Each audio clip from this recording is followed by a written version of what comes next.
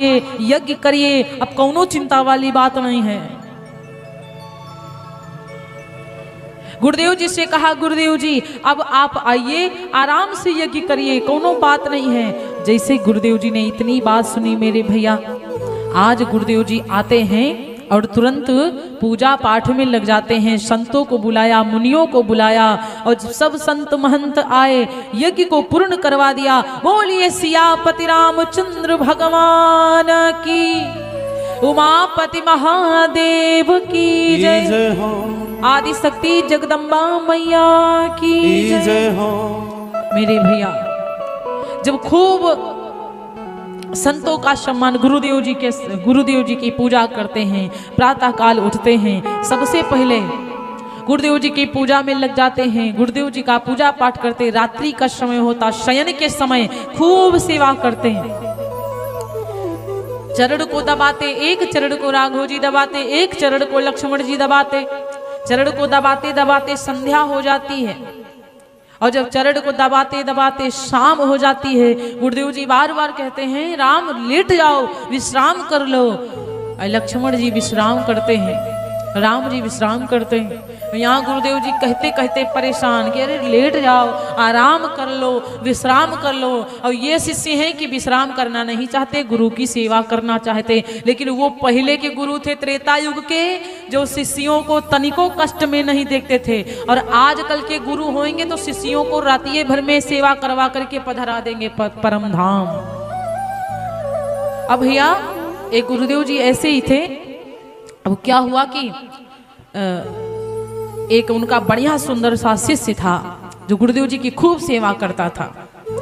आज गुरुदेव जी विश्राम कर रहे हैं, उनका शिष्य आया और जैसे उनका चेला आता है, गुरुदेव जी ने देखा, बड़ी जोर से अंगड़ाई ली, आए गए, आओ बैठो आके। शिष्य महाराज आए। अब शिष्य महाराज थोड़ी दूरी पर बैठ गए। गुरुदेव जी ने कहा, वहां क्या कर रहे, यहाँ बैठो आके। अब शिष्य महाराज आए, गुरुदेव जी के पास में बैठ गए, और जब बिल्कुल पास में बैठ गए, चरण के पास में, तो विचार करने लगे, गुरु जी बार बार इधर उधर अपना पैर कर रहे हैं, तो इसका मतलब पीड़ा हो रही होगी, दर्द हो रहा होगा चरण में। चेला ने धीरे धीरे हाथ अपना पाँव के ऊपर पहुंचा दिया। गुरुदेव जी को बड़ा विश्राम लगा। अब चेला ने विचार किया, गुरुदेव जी चाह रहे हैं कि हमारे चरण दबाओ। चेला ने क्या किया, चरण दबाना प्रारंभ कर दिया।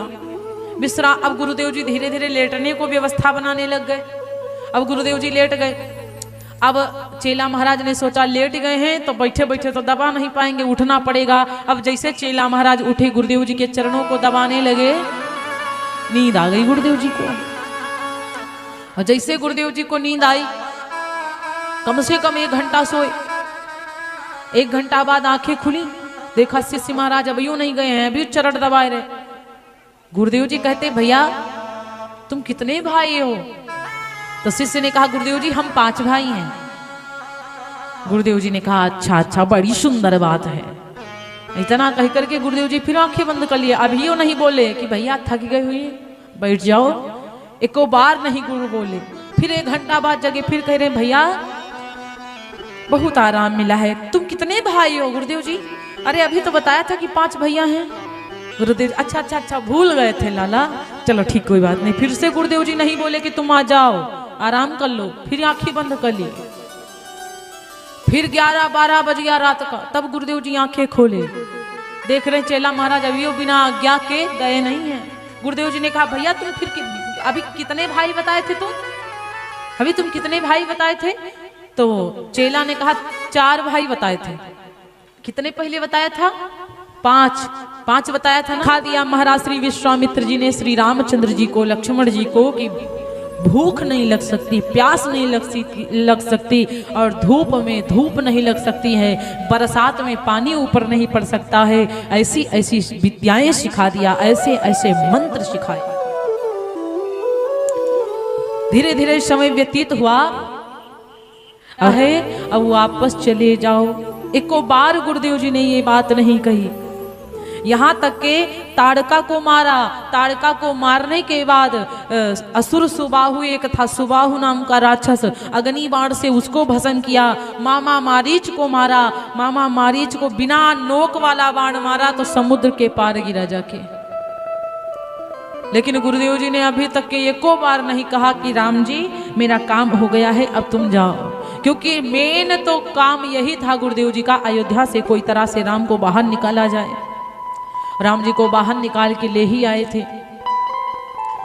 अब गुरुदेव जी ने कहा राघव जी आपसे हम कुछ ज्यादा तो नहीं कहना, अभी सीता स्वयंवर वो धनुष यज्ञ है, जनकपुर वाला धनुष यज्ञ, जब तक आप वहां नहीं जाएंगे ना वो यज्ञ भी नहीं पूरा होगा। आपने में तो भी हर्ष करके तैयार हुए, क्योंकि बड़ी सुंदर चौपाई लिखी हुई है कि धनुष यज्ञ सुनी रघुकुल नाथा, धनुष यज्ञ सुनी रघुकुल नाथा, धनुष यज्ञ सुनी रघुकुल नाथा, धनुष यज्ञ सुनी रघुकुल नाथा, धनुष यज्ञ सुनी रघुकुल नाथा, हरसि चले मुनि बर के साथा, हरसि चले मुनि बर के साथा, हरसि चले मुनि बर के साथा, हरसि चले मुनि बर के साथा।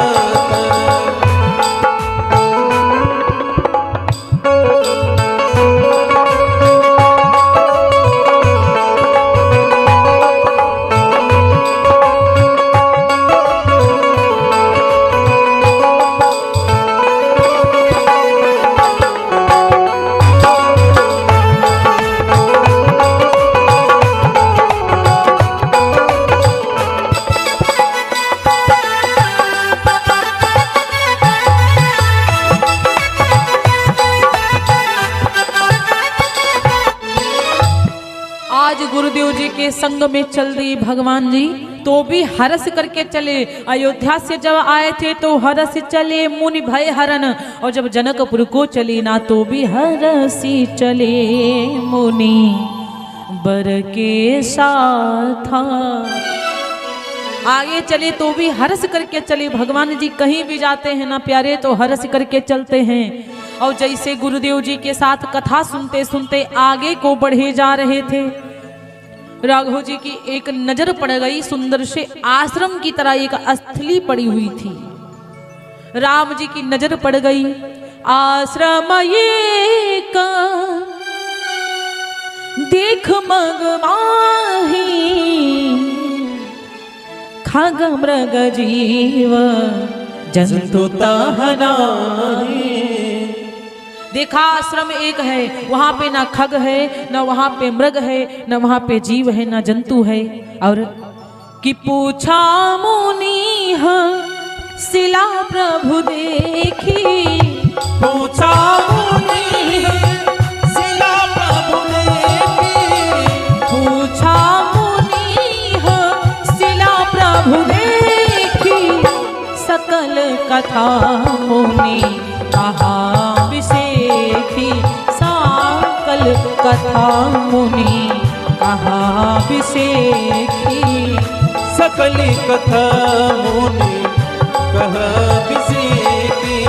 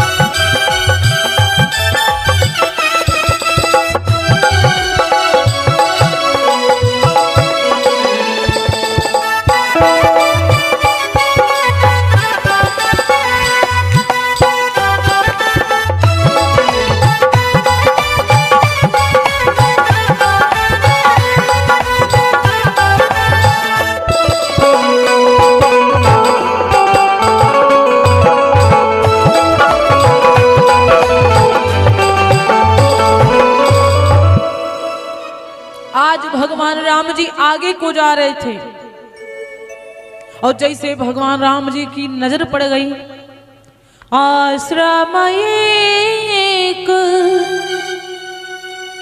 दीख मग माही खग मृग जीवा जंतु ताहना है।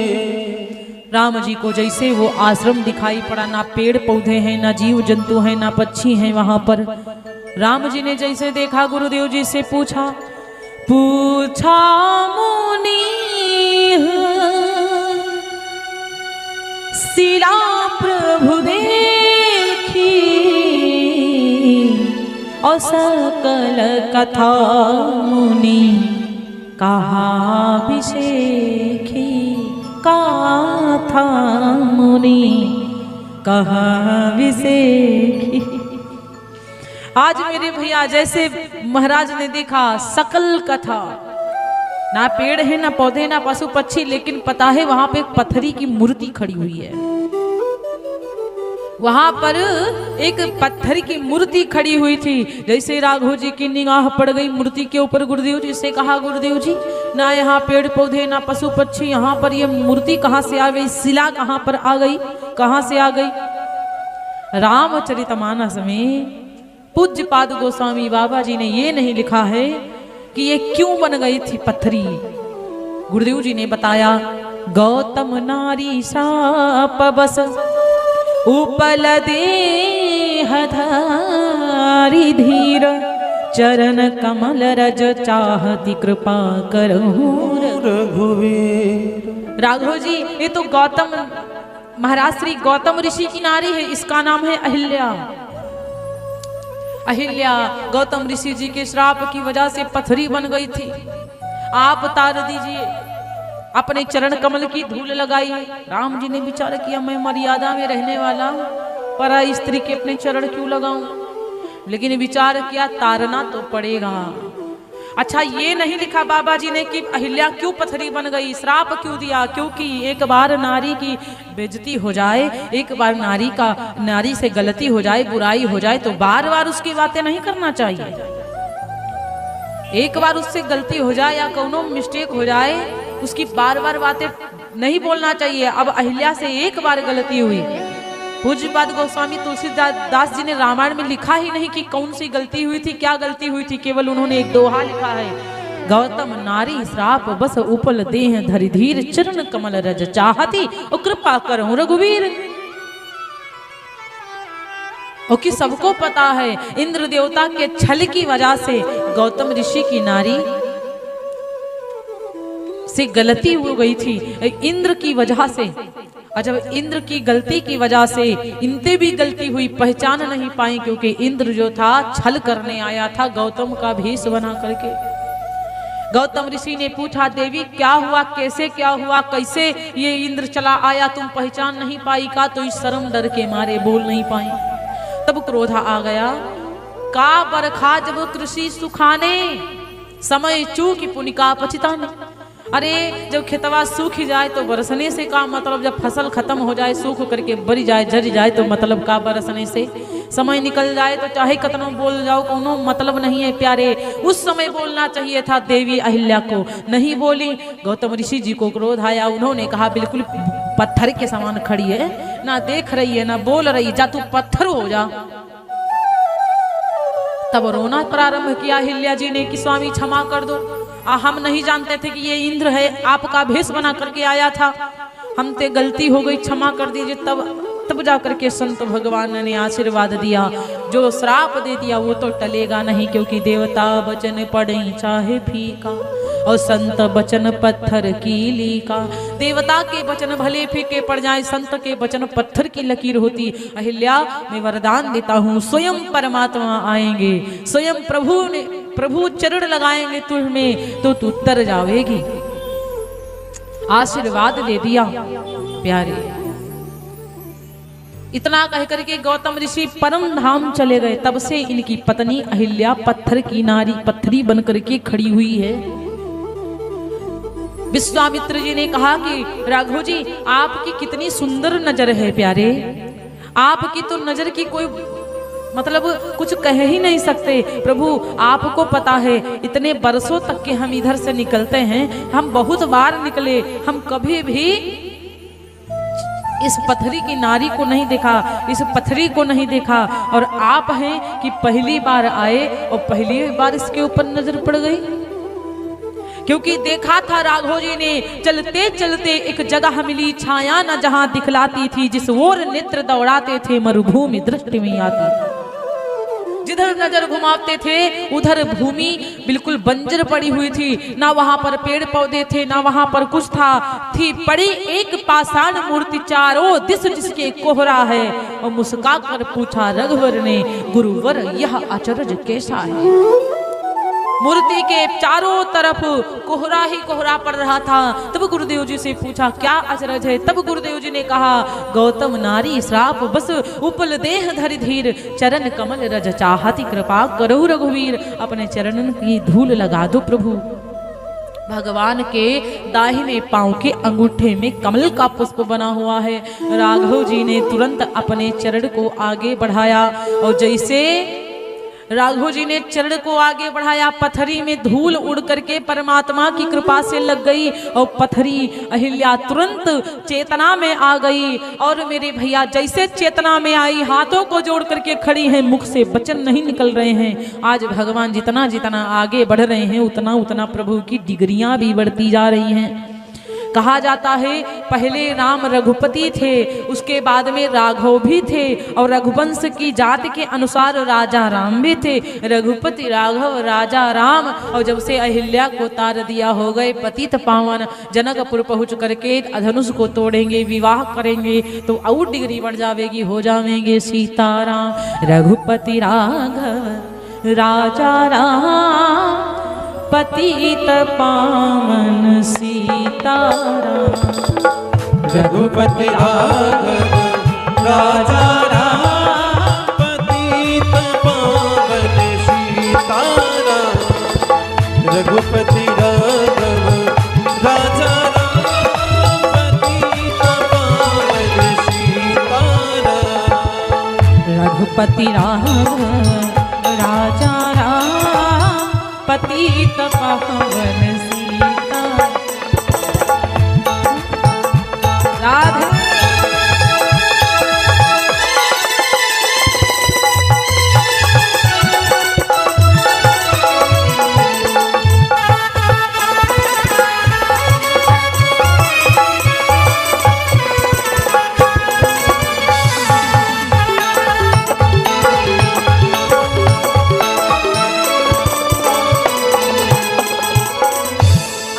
तुरंत चेतना में आई। देखिए पहले रघुपति राघव राजा राम, जब से तार दिया अहिल्या को हो गए पतित पावन, विवाह करेंगे, हो जाएंगे सीताराम। भगवान श्री राम जी जैसे अहिल्या को तारते हैं, लिखा है कि परसत पद पावन, शोक न सावन, प्रगट भई तप पुंज सही। देखत रघुनायक जन सुखदायक, सनमुख होए कार जोरी रही। सनमुख भगवान के हाथों को जोड़ रही है।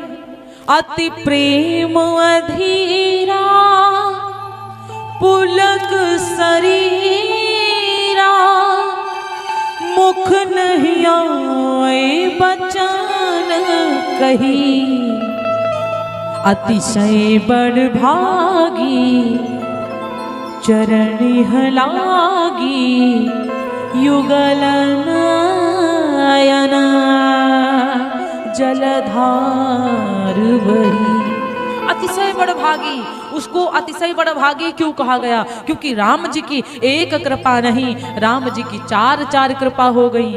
विश्वामित्र जी ने कहा मैं कभी उसको नहीं देख पाता था पथरी को, और आप पहली बार आए, नजर आपकी पड़ गई। पहली कृपा भगवान की आंखने की हो गई, दूसरी कृपा भगवान के मुखार बिंदु की हो गई। इस मुख से गुरुदेव जी से पूछा कि ये कौन है? और तीसरी कृपा गुरुदेव भगवान राम की कानन की हो गई। गुरुदेव जी ने अहिल्या की पूरी कथा सुनाई। अहिल्या की पूरी कथा राघव जी ने इन कानों से सुनी। और चौथी कृपा हो गई भगवान के चरण के धूल की।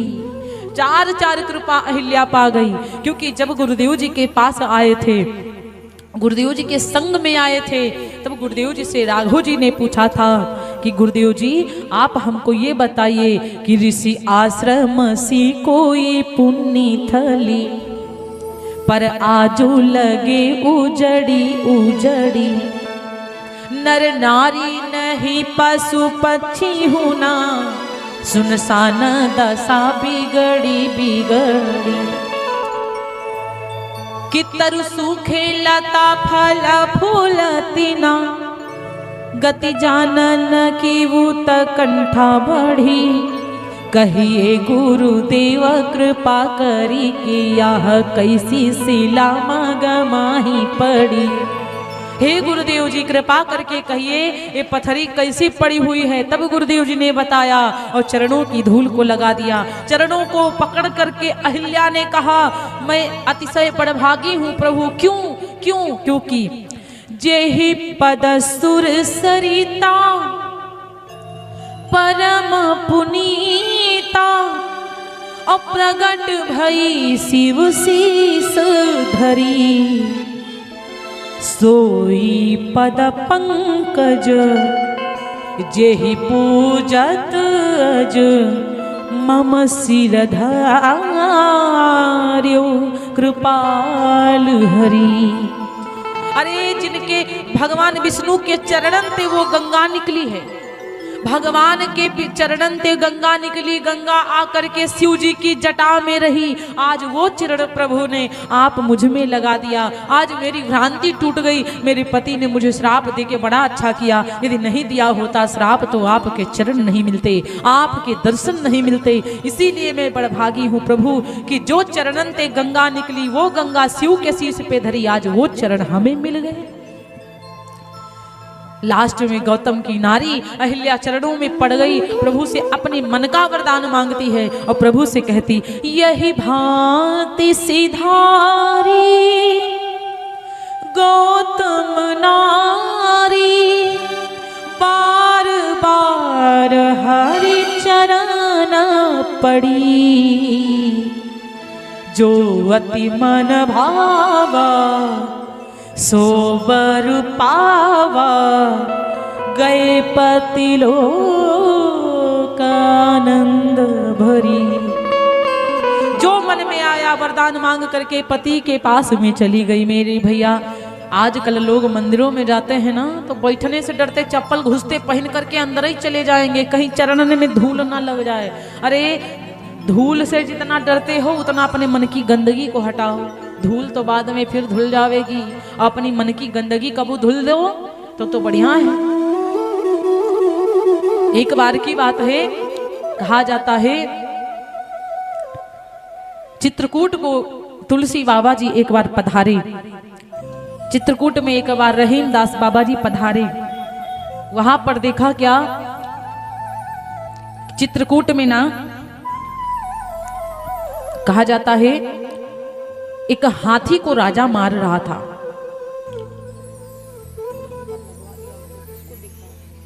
एक हाथी को राजा बहुत मार रहा था। तो तुलसी बाबा जी ने जैसे देखा, रहीमदास जी से कहा बाबा ये क्या दृश्य देख रहा हूं मैं। राजा का तो ये नियम होना चाहिए कि प्रजा को प्रसन्न रखे, जीव जंतुओं की रक्षा करे। राजा को तो बिल्कुल ऐसे होना चाहिए। और ये मूर्खानंद राजा देखो एक हाथी को मार रहा, एक जीव को मार रहा है। तो रहीमदास जी ने कहा कि ये पता है तुलसी बाबा जी कि ये हाथी को क्यों मार रहा है। बोले क्यों मार रहा है। कहने लगे ये हाथी धूल उड़ा रहा था रोड पर। हाथी धूल उड़ा रहा था, अपने ऊपर खूब लगा रहा था। रहीमदास जी ने कहा, तुलसी बाबा ने कहा क्यों लगा रहा था धूल, क्यों उड़ा रहा था धूल। तो रहीमदास जी ने बड़ा सुंदर जवाब दिया। रहीमदास जी ने कहा अहिल्या की कथा तो सुनी होगी ना, आपने स्वयं लिखी है बाबा, तो सुनने की कोनो बात ही नहीं है। अहिल्या को तो आप जानते ही हैं। अरे धूल लगने से तो तर गई। और चित्रकूट में भगवान जी आए थे। राम जी चित्रकूट में रहे थे। कहीं ना कहीं पूरे चित्रकूट में राम जी ने भ्रमण किया। भगवान के चरणन की धूल तो हाथी लगा ले अपने ऊपर। हाथी विचार कर रहा है कि भगवान राम के धूल के वजह से जब एक पत्थरी तर गई तो भगवान राम जी यहाँ चित्रकूट को आए, अगर हम हाथी के धूल भगवान के चरणन की लग गई तो हम हाथी से आदमी बन जाएंगे। इसीलिए हाथी धूल को उड़ा रहा है कि धूल बुड़ावत गज फिरत कहु रहीम के काज। रहीम दास जी ने कहा, अरे जे रजते मुनि पत्नी तरी, अरे ते ही ढूंढत गजराज। अरे जिस रज के लगने से मुनि की पत्नी तर गई, वही रज ये गजराज हाथी ढूंढ रहा है। और वही गजराज हाथी धूल को उड़ा रहा था और राजा को लग गया तो ये मूर्ख मार रहा है। कहा जाता है नर कपड़न ते डरत है। नर माने इंसान कपड़ों से डरता है कि कहीं गंदे ना हो जाएं, लेकिन नरक पड़न ते नाही। कपड़ों से डरता है कि गंदे ना हो जाए, लेकिन नरक में गिरने से नहीं डरता है। और नर कपड़न ते जो डरे है, अगर नर नरक में पड़ने से डर जाए तो नरक पड़न ते नहीं, तो नरक में पड़ना ही नहीं है। नर माने आदमी प्यारे, इसीलिए कहीं भी मंदिर को जाओ तो धूल से ना डरो, जाओ बैठ जाओ। आजकल लोगों को ना नीचे बैठना में शर्म आती है। यहाँ की बात हम बिल्कुल नहीं कर रहे हैं, भक्तों भगवान के मंदिरों की भी बात कर रहे हैं कि मंदिर में भी नीचे नहीं बैठते हैं, चप्पल नीचे नहीं उतारते हैं, अंदर ही चले जाते हैं। प्यारे, चप्पलों को तो उतार करके जाओ दरबार में। अरे भगवान के धूल लग जाए तो तर जाओगे, क्योंकि कहा जाता है कि रघुबर तेरे चरणों की गर धूल जो मिल जाए, रघुबर तेरे चरणों की गर धूल जो मिल जाए, रघुबर तेरे चरणों की पग धूल जो मिल जाए, तेरे चरणों की पग धूल जो मिल जाए। भगवान तेरे चरणों की पग धूल जो मिल जाए, भगवान तेरे चरणों की पग धूल जो मिल जाए। सच कहता हूँ